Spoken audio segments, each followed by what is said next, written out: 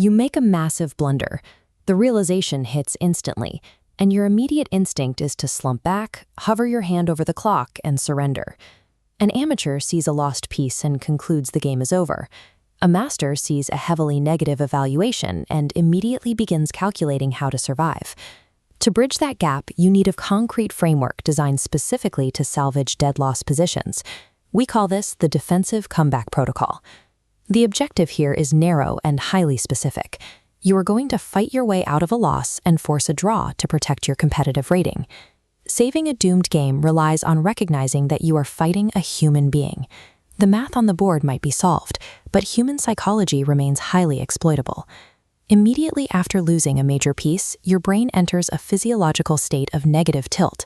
Frustration spikes, causing you to play faster and make careless moves out of pure momentum. You arrest this momentum with the reset breath. You must take a mandatory 10-second physical pause before you touch another piece. This animated evaluation bar shows what happens next. You explicitly shift your internal goal from winning to drawing, moving the target from a deep red -4 up to a stable gray 0. Establishing this new target immediately stops your brain from searching for a magical checkmate. Your heart rate calms down, and your focus narrows entirely to survival. When you are down 4 points of material, a draw represents a significant recovery. By stopping the bleed, you prevent the rating drop of a loss and salvage half a point that seemed mathematically impossible minutes earlier. Once you stabilize mentally, you must counter a flawed intuition. Losing players often try to trade pieces to simplify the board and reduce the pain of managing a difficult position. This chessboard shows trading pieces removes variables, leaving a clear path for a pawn. To prevent this, implement the anti-trade rule. Avoid trades and retreat pieces. Group your material tightly. Glowing heat map zones highlight clusters, showing areas of extreme tactical friction. Cramming the board with high-friction clusters drastically increases the probability that your opponent will miscalculate and make an unforced error. The strategic rule is strict. When you are winning, you demand simplicity. When you are losing, you enforce absolute chaos. A player who is up a rook naturally enters a coasting mindset. They stop calculating deep, complex lines and start looking for safe, easy moves to quietly finish the game. You exploit this by playing hyper-aggressive, annoying moves, specifically designed to shatter their feeling of safety. Push your pawns to harass their hanging pawns. Form random batteries on the flanks. Throw an unexpected check directly at their king. These moves do not have to be objectively good. Their sole purpose is to force your opponent back into active, stressful calculation right when they wanted to relax.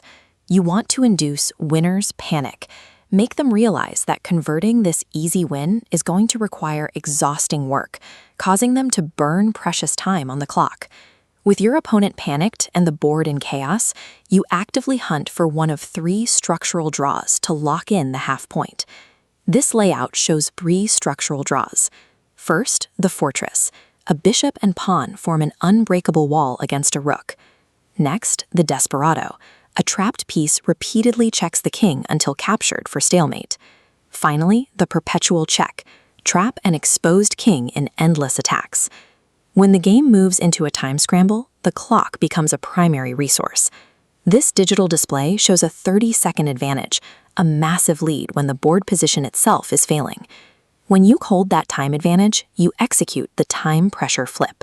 You stop playing the board state entirely and start playing the clock.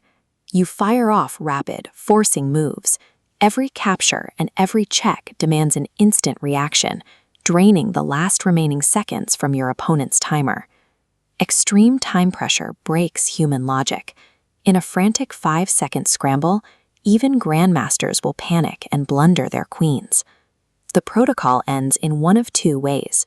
Your exhausted opponent accepts the draw, or their clock hits 0. You reset your mental goal, cluster your pieces to create chaos, psychologically harass your opponent, and lock in a technical save. This graphic shows the result of that persistence.